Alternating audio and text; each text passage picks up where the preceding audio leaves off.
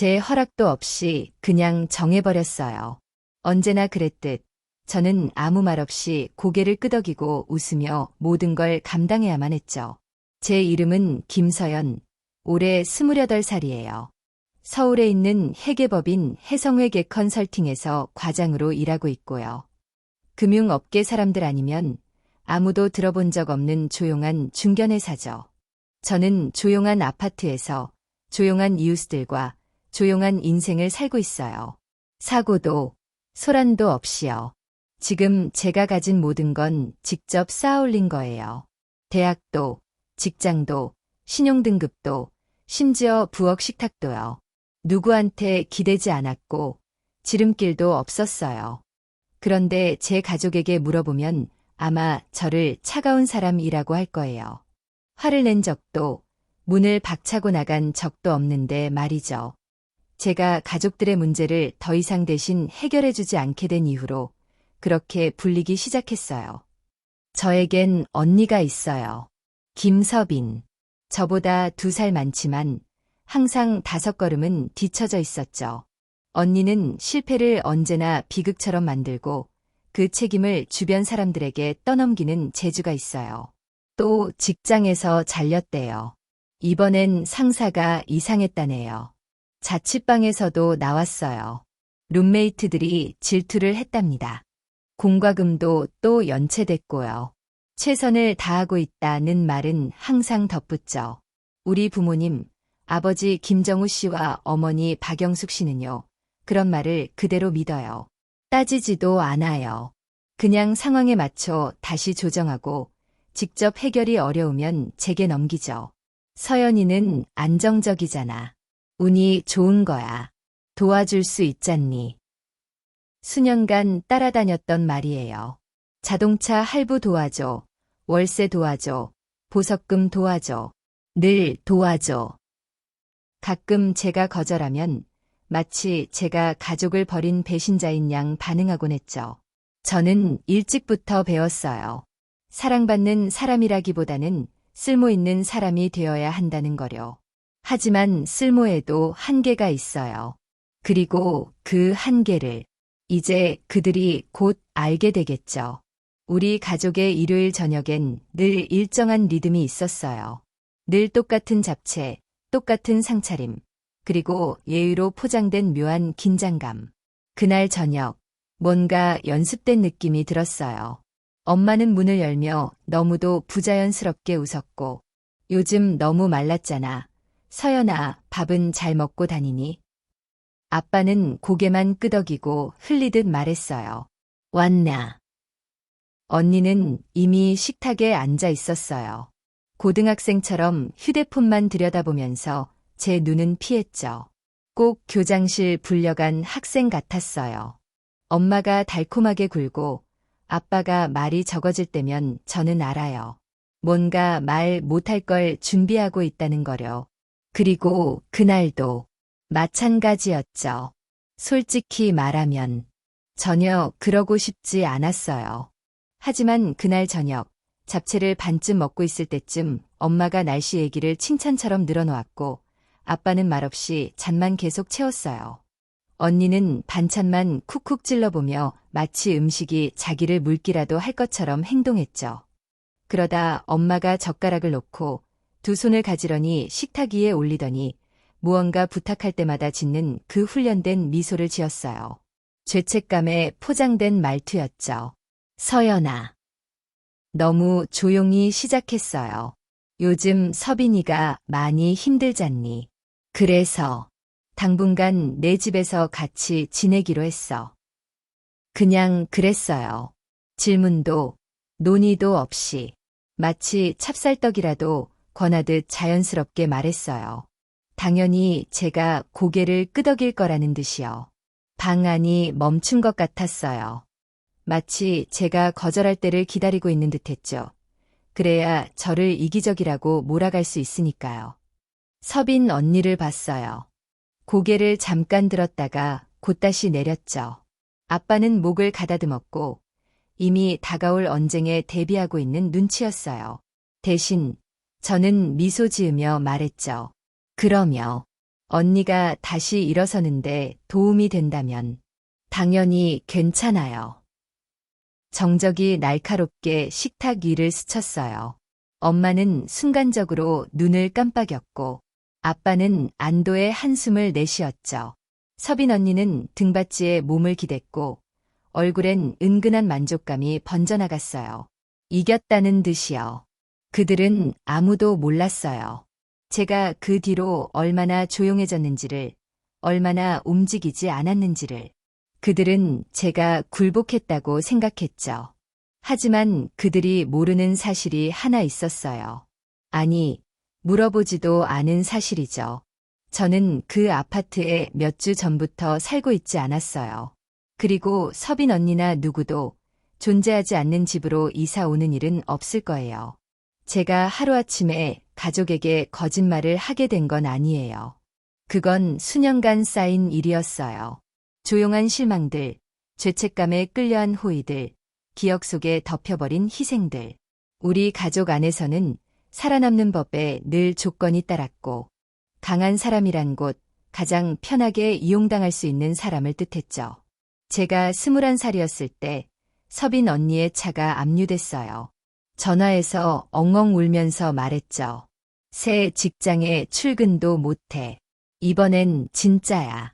시작만 도와주면 돼.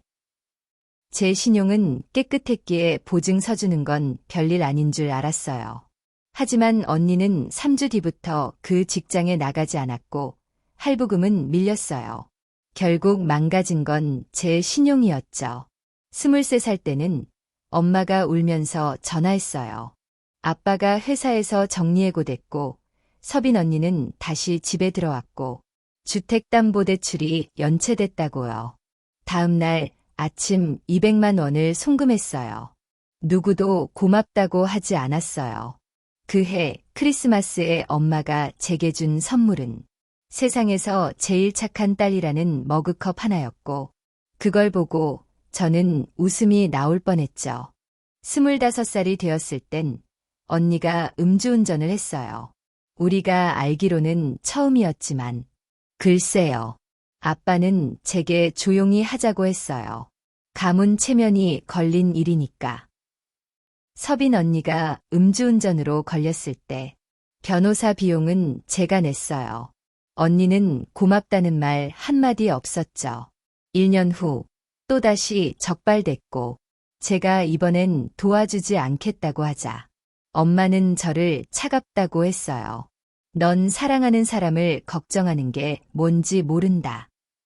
서빈이는 너보다 훨씬 힘든 인생을 살아왔잖니. 그때 확신했어요. 이건 의심이 아니었어요. 확신이었죠. 그들은 저를 사람으로 보지 않았어요. 그냥 고장나면 틀었을 수 있는 수도꼭지처럼 필요할 때만 작동하는 지갑 같은 존재였던 거예요. 그 후로 저는 서서히 거리를 뒀어요. 예전처럼 바로 그래 하지 않고 생각 좀 해볼게요. 라고 말하기 시작했죠.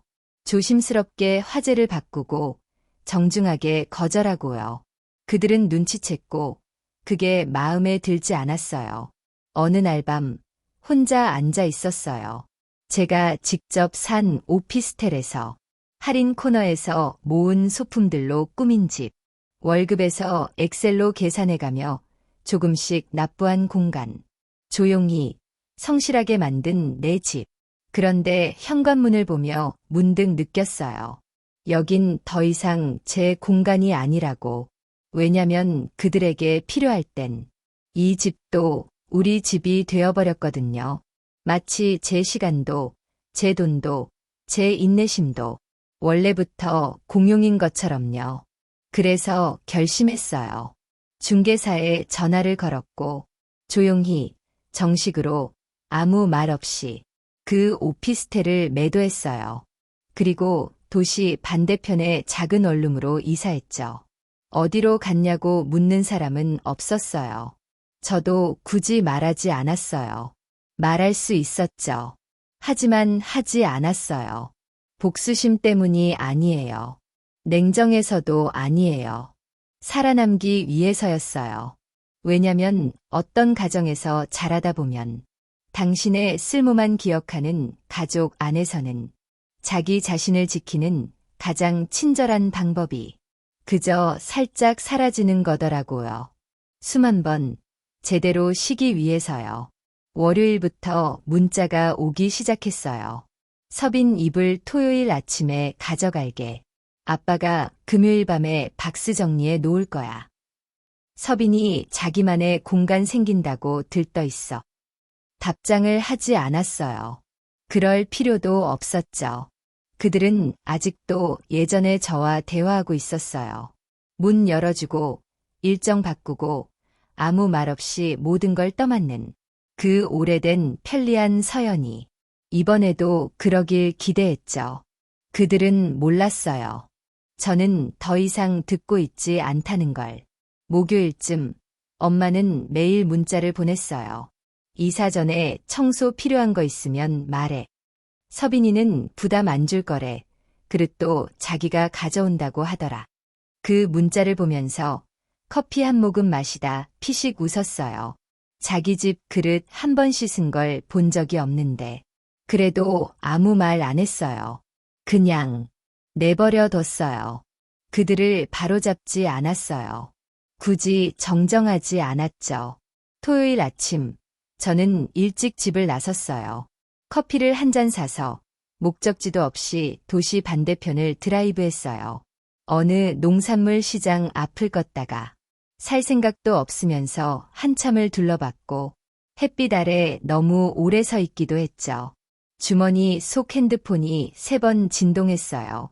그제야 화면을 봤죠. 부재중 전화, 음성 메시지들. 4번째 전화는 그냥 받았어요. 서연아.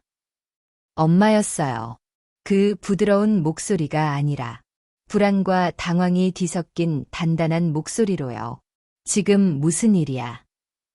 여기 누가 와 있어? 어떤 남자야? 자기가 이 오피스텔 주인이라잖아. 너 여기 안 산다고 하는데 이게 뭐야? 저는 말없이 잠시 침묵했어요. 그 낯선 공기, 사라진 확신, 그걸 느끼게 해주고 싶었어요. 말도 안 하고 이게 뭐니? 엄마가 날카롭게 말했어요. 한마디도 안 했잖아. 맞아요. 저는 조용히 대답했죠. 말 안 했어요. 그 뒤로 바스락거리는 소리가 들렸어요. 비닐봉지, 가방들, 아빠의 낮고 짧은 목소리. 서빈 언니도 뭔가를 말했지만 잘 들리진 않았어요. 서연아. 엄마가 낮게 속삭이듯 물었어요. 이게 도대체 뭐니? 그 오피스텔. 팔았어요. 담담하게 말했죠.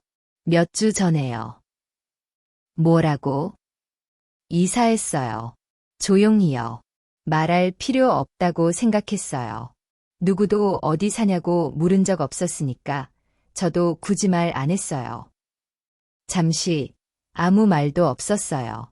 그들이 현관 앞에 서 있는 모습이 떠올랐어요. 가방은 바닥에 놓여 있고 팔짱을 낀 채 계획했던 침공이 엉뚱한 성으로 향했다는 걸 깨달았겠죠. 그러다 아빠의 목소리가 뚫고 나왔어요. 넌 우리한테 거짓말했어. 서빈이 들어와도 된다고 했잖아. 연니한테 도움이 된다면 괜찮다고 말했죠. 어디로 오라는지는 말 안 했어요. 또 침묵, 엄마의 날카로운 숨소리, 그리고 마침내 서빈 언니의 목소리. 그래서 지금 우리가 그냥 알아서 하라는 거야. 그 말투엔 분노보다 어딘가 길 잃은 아이 같은 기운이 섞여 있었어요. 한순간 진심으로 대답해주고 싶었어요. 하지만 하지 않았죠. 왜냐하면 그들은 몰랐어요. 제가 현관 비밀번호를 바꾼 게 화나서 그런 게 아니란 걸. 오피스텔을 판 게 누구를 벌주려는 행동이 아니란 걸. 그 공간은 제가 진짜 제 공간처럼 느낀 적이 한 번도 없었어요. 누가 들어올지 모르는 불안 속에서 늘 마음을 움켜쥐고 있었죠. 저도 이제는 집에 들어올 때 가슴 조이지 않고 문을 열고 싶었어요. 그리고 때때로 변하려 하지 않는 사람들에게 해줄 수 있는 가장 친절한 일은 그들을 위한 자리를 더 이상 만들지 않는 거예요. 그들은 그게 끝이라 생각했겠지만 아니었어요. 왜냐면 그날 저녁 그들은 제 새로운 집 현관 앞에 와 있었거든요. 사실 알고 있었어요. 그날 아침 커피를 마시며 그들의 음성 메시지가 쌓이는 걸 보며도요. 엄마가 그냥 넘어갈 리 없다는 거려. 어디선가 수소문하겠죠. 사촌한테 전화하거나 그냥 무작정 나타나서 엄마는 여전히 닿을 수 있다는 걸 증명하고 싶어 할 거예요. 제가 아무리 멀리 가더라도 의무는 따라와야 한다는 듯이요. 해질 무렵 초인종도 없이 문을 3번 탁탁탁 억지로 예의를 차리는 듯하지만 속은 들끓고 있다는 걸 알 수 있는 그런 노크 소리였어요. 도어뷰로 내다봤어요. 엄마, 아빠, 그리고 서빈 언니, 차엔 박스들로 가득 찬 트렁크. 마치 이삿날이라도 되는 듯이요. 문을 반쯤 열며 말했어요. 찾으셨네요. 무표정하게 엄마는 상기된 얼굴이었어요. 입술은 발에 있었고 머리는 손가락으로 몇 번이고 쓸어넘긴 흔적이 역력했죠. 전화도 했잖니. 엄마가 말했어요. 목소리는 꽉 조여 있었고요. 진짜 이럴 줄은 몰랐어. 여기까지 올 줄은, 여기 살 줄은 몰랐어. 제 집이에요. 제가 말했어요. 하지만 넌. 아빠의 목소리가 높아지기 시작했어요. 넌 서빈이 들어와도 된다고 했잖아. 지금 이 짐들 다 들고 여기 와 있는데 우리가 낯선 사람 취급받아야 해. 저는 움직이지 않았어요. 목소리도 높이지 않았죠. 그 말 예전 집에서 했던 거예요. 연니한테 도움이 된다면 괜찮다고 했죠. 근데 그 집, 저 이제 안 살아요. 기억하시겠지만요. 그때 서빈 언니가 앞으로 나섰어요. 팔짱을 끼고 볼은 벌겋게 상기돼 있었죠. 창피해서가 아니라 분노 때문이었어요. 진짜 유치하다. 서연아. 넌 항상 내가 우리보다 위인 척하지만 지금 이건 그냥 잔인한 거야. 고개를 약간 기울였어요. 아무런 확인도 없이 누군가의 집에 이사 오겠다고 짐 싸서 서울 한복판을 건너온 게 그게 잔인함이야. 그건 착각이지. 서빈 언니의 목소리가 살짝 갈라졌어요. 그래도 언니야. 가족이잖아. 맞아요. 저는 냉정하게 대답했죠. 그리고 넌 수년간 그걸 공짜 집이랑 헷갈렸어. 그 순간 아빠가 우리 사이에 끼어들었어요. 낮지만 날카로운 목소리였죠. 그만해. 서연아. 우린 너한테 참아온 것도 많아. 내가 감당해줘야 할 책임이 있어. 그 말. 항상 공기 중에 떠다녔지만 결코 입 밖에 나올 일 없었던 그 단어 책임. 마치 제가 그동안 지불한 돈, 잠 못 자며 해결했던 문제들, 고생했던 밤들을 어딘가 장부에 적어두고 이건 내 몫이야 하고 내밀듯이 한 발 뒤로 물러서서 휴대폰을 들었어요. 뭐 하는 거니? 엄마가 눈을 가늘게 뜨고 물었어요. 대답하지 않았어요. 전화번호를 눌렀죠. 3번 울림음 뒤에 119입니다. 어떤 도움이 필요하신가요? 네, 저희 집 앞에 가족들이 와 있는데요. 이 집은 임대계약에 저 혼자만 등록돼 있고 초대하지도 않았어요. 지금 떠나지 않겠다고 해서 신고하려고요. 목소리는 한결같았어요. 조용하고 단단하게 주거 침입. 서빈 언니의 입이 벌어졌어요. 아빠는 욕설을 중얼거렸고 엄마는 마치 뺨이라도 맞은 듯한 얼굴로 작게 속삭였어요. 서연아, 설마 진짜 가족한테 경찰을 부르겠다는 거야. 나가달라고 말했잖아요. 근데 안 나가셨죠? 통화 중이던 112 상담원이 주소를 물었고 전 또박또박 말했어요. 서빈 언니의 목소리는 떨리면서도 날카로웠어요. 이렇게 하면 다 망가져. 사람들이 너를 뭐라고 생각할 것 같아. 뭐라고 말할 것 같냐고. 알아요. 전 대답했어요. 이제야 문 닫았다고 하겠죠. 엄마는 눈을 깜빡였어요. 그리고 한톤 낮은, 조그맣고 힘 빠진 목소리로 말했죠. 넌 예전엔 착했잖아. 엄마가 아플 땐 알아차리기도 했고. 저는 눈도 깜빡이지 않았어요. 그 말 뒤엔 침묵이 흘렀어요. 하지만 그건 텅 빈 침묵이 아니었어요. 수없이 넘겨진 경계선들, 차마 삼킨 말들, 아니라고 말하고 싶었지만 늘 응이라고 했던 그 모든 순간들이 묵직하게 차올라 있었어요. 10분 후 순찰차가 도착했어요. 키가 크고 단정한 여성 경찰이 내렸고 허리에 손을 얹었지만 긴장은 없어 보였어요. 안녕하세요. 그녀가 말했어요. 주거침입 신고를 받았습니다. 제가 했어요. 고개를 끄덕이며 대답했어요. 경찰은 부모님과 서빈 언니, 그리고 트렁크에 실린 짐가방들을 훑어봤어요. 부모님 되시죠? 이곳은 자녀분의 거주지입니다. 입주 허가 없이 체류는 불가능합니다. 이 자리에서 물러나 주셔야 합니다. 딸이에요. 아빠가 말했어요. 이건 가족 일이에요. 맞습니다. 경찰이 차분히 받았어요. 그리고 이 집은 따님 명의 계약 주거지이며 가족이라 해도 허락 없이 머물 수 없습니다. 서빈 언니는 울 것 같기도 하고 물건이라도 던질 것 같기도 했어요.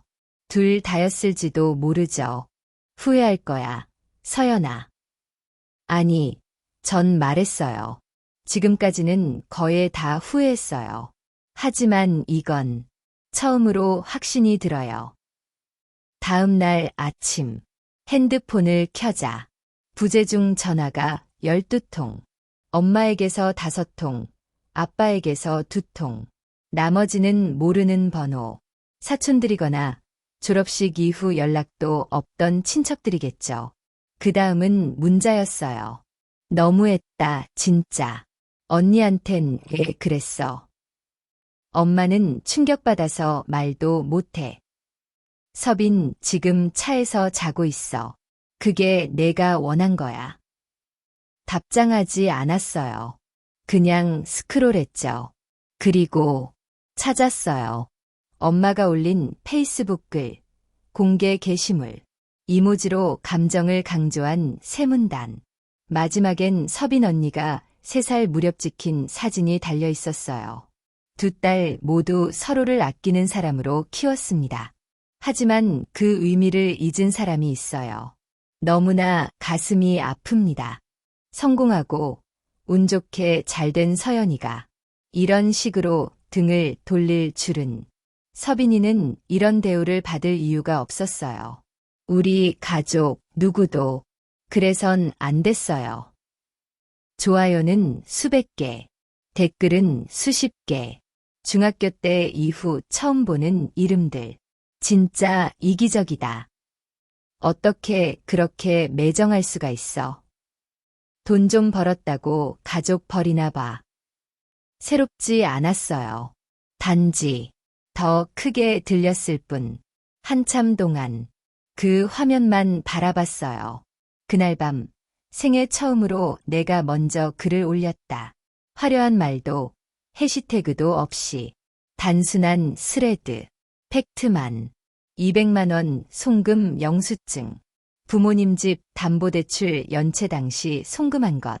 제 이름으로 되어 있는 서빈 언니의 자동차 대출 계약서, 연체 통지서, 언니의 음주운전 변호사 비용 청구서 사진, 내가 21살 이후 해준 단 한 번뿐인 호의들을 날짜별로 정리한 타임라인, 그 오피스텔 매매 계약서, 그리고 마지막으로 2년 전 언니가 보낸 문자 캡처. 너 진짜 재미없는 로봇 같아. 한 달만 같이 살자니까 그렇게 딱딱하게 굴어. 마지막엔 한 줄만 썼다. 나는 가족을 버린 게 아니라 감정적 채무에서 손을 뗀 것뿐이에요. 그 뒤로 휴대폰을 껐어요. 겁이 나서가 아니라 박수를 받을 필요가 없었기 때문이에요. 그저 조용함이 필요했어요. 그리고 그날 밤 드디어 조용했어요. 복도에서 들려오던 소란도 알림음도 없었어요. 냉장고가 윙하고 조용히 돌아가고 오래된 배관이 삐걱이는 소리만 간간히 들렸죠. 차를 끓였어요. 카모마일. 잠을 청하기 위해서가 아니라 하루를 마무리하는 의식처럼. 두 손으로 감싼 따뜻한 컵, 천천히 올라오는 김. 마치 내가 요구한 적 없는 용서를 누군가 대신 내주는 것처럼요. 핸드폰이 한 번 울렸어요. 엄마. 다시 한 번. 서빈 언니. 열지 않았어요.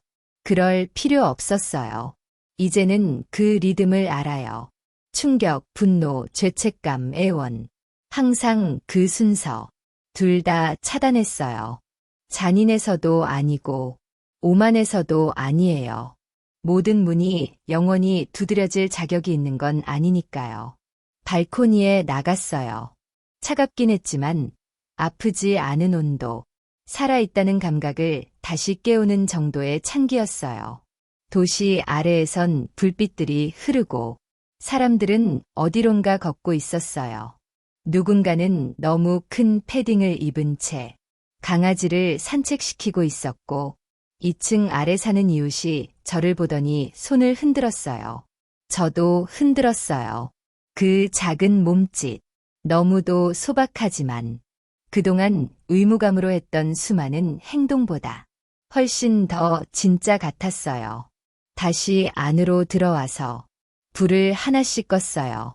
거실, 주방, 복도, 벽엔 액자 하나 없었고 가족 사진도 없었어요. 그냥 조용함, 깨끗한 공간, 의기양양하지도 않았고 원망도 없었고 무너지지도 않았어요. 그저 끝났구나. 더 이상 연기하지 않아도 된다는 감각, 설명하지 않아도 누군가의 산소 마스크 역할을 하지 않아도 된다는 해방감. 어디선가 그들은 또 새로운 버전의 이야기를 쓰고 있겠죠. 저를 악역으로, 차가운 딸로, 배은망덕한 사람으로 만들면서요. 괜찮아요. 전 사랑받으려고 여기까지 온 게 아니니까요. 가짜 역할을 멈추기 위해 여기까지 온 거예요. 제가 사라진 게 아니에요. 그들은 제가 사라졌다고 말했을 뿐이고, 지금 그 이야기를 내가 다시 썼을 뿐이에요.